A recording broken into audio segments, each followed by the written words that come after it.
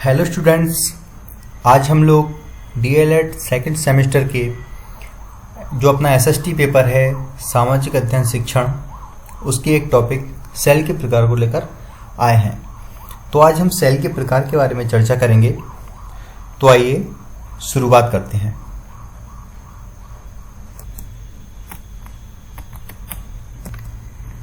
यदि हम सेल की बात करें तो सेल क्या होता है? पृथ्वी की परपटी बनाने वाले खनिज पदार्थ के किसी भी प्राकृतिक पिंड को सेल कहते हैं। सेल है चट्टान, और सेल विभिन्न आकार, रंग एवं गठन की हो सकती है। सेल का कोई भी रंग हो सकता है, आकार हो सकता है, और उसका गठन भी किसी प्रकार का हो सकता है। अब हम बात करते हैं सेल कितने प्रकार की होती हैं। तो जैसा कि आपको चित्र से स्पष्ट है, सेल के प्रकार ये 3 तरह की होती हैं: आग्नेय सेल, अपसादी सेल और कायांतरित सेल। आग्नेय सेल को इग्नियस, अपसादी सेल को सेडिमेंट्री और कायांतरिक या रूपांतरित सेल को मेटामॉर्फिक सेल कहते हैं। तो आइए बारी बारी से हम लोग इनके बारे में चर्चा करेंगे। सबसे पहले हम बात करते हैं आग्नेय सेल की। जो आपका शब्द है इग्नियस, वो लैटिन शब्द इग्निस से बना हुआ है, जिसका अर्थ है अग्नि। जो आपका अपसादी सेल है सेडिमेंट्री सेल, वो लैटिन शब्द सेडिमेंटम से बना है और जिसका अर्थ है स्थिर। और जो आपका सबसे लास्ट है कायांतरित सेल या कायांतरित चट्टान, वो लैटिन शब्द मेटामॉर्फोस से बना है, जिसका अर्थ होता है रूप परिवर्तन। अब हम बात करें तो आग्नेय सेल या आग्नेय चट्टान भी 2 प्रकार की हो सकती हैं: अंतर्वेदी सेल और बहिर्वेदी सेल। अब अंतर्वेदी सेल होता क्या है?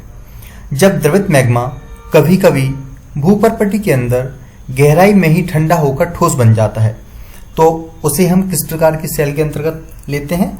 अंतर्वेदी सेल। आपने देखा होगा जब ज्वालामुखी में से मैग्मा निकलता है तो वो कभी कभी भूपर्पटी के अंदर ही गहराई में ही ठंडा होकर ठोस हो जाता है,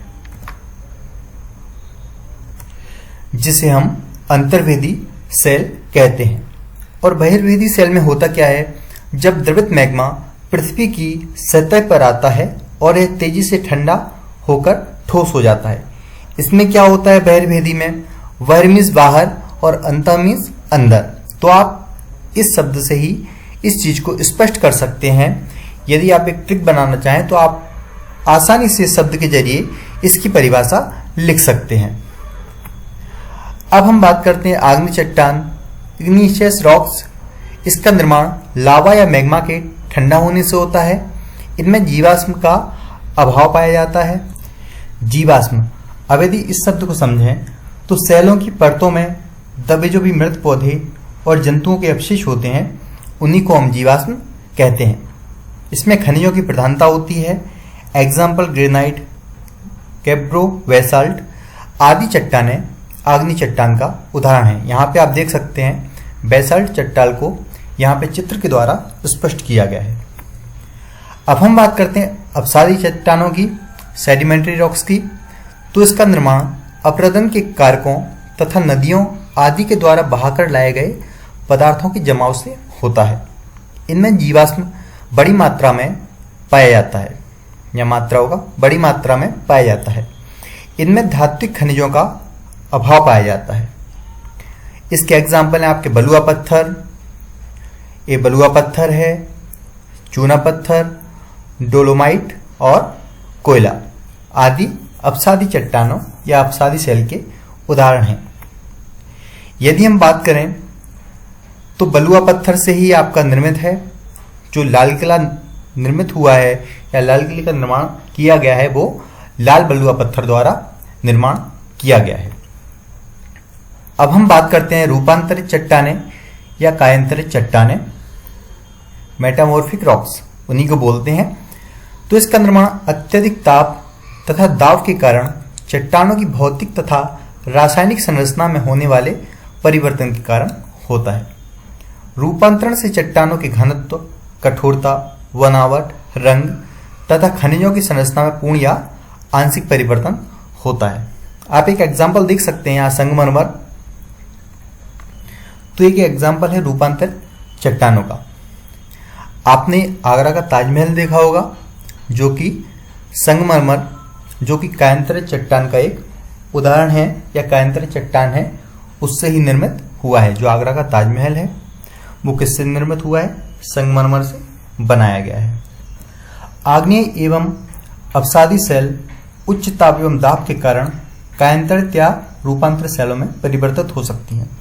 यदि हम उदाहरण के लिए बात करें तो चिकनी मिट्टी स्लेट में एवं चूना पत्थर संगमरमर में परिवर्तित हो जाता है। सेल हमारे लिए बहुत ही उपयोगी हैं। कठोर सेलों का उपयोग सड़क, घर एवं इमारत बनाने के लिए किया जाता है। आप पत्थरों का उपयोग कई खेलों में करते हैं। यदि हम उदाहरण देखें तो 7 पत्थर, चिवड्डी जिसे स्टॉप या किटकिट बोलते थे हम लोग, 5 पत्थर जो गिट्टी से खेलते थे। तो ये वो खेल्स हैं या वो गेम्स हैं जिनको हम लोग बचपन में खेला करते थे। टीपू हो गया, टीपू भी हम लोग एक के ऊपर एक पत्थर रख के खेलते थे। तो कई सारे ऐसे गेम्स हैं जिनमें हम सेल्स का उपयोग करते थे। अब आगे हम बात करते हैं सेल चक्र की।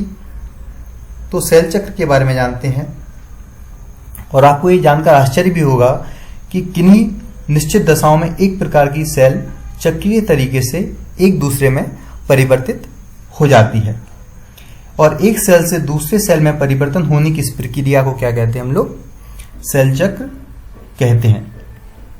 हमें पता है कि द्रवित मैग्मा ठंडा होकर आग्नेय सेल में परिवर्तित हो जाता है और यही आग्नेय सेल क्या करते हैं? छोटी छोटी टुकड़ों में एक स्थान से दूसरे स्थान पर स्थानांतरित होकर अपसादी सेल का निर्माण करते हैं। ताप एवं दाब के कारण ये आग्नेय अपसादी सेल कायांतरिक सेल में परिवर्तित हो जाती हैं। अत्यधिक ताप एवं दाब के कारण कायांतरिक सेल पुनः पिघल कर मैग्मा में बदल जाती हैं या मैग्मा बन जाती हैं और यह द्रवित मैग्मा पुनः ठंडा होकर आग्नेय सेल में परिवर्तित हो जाता है।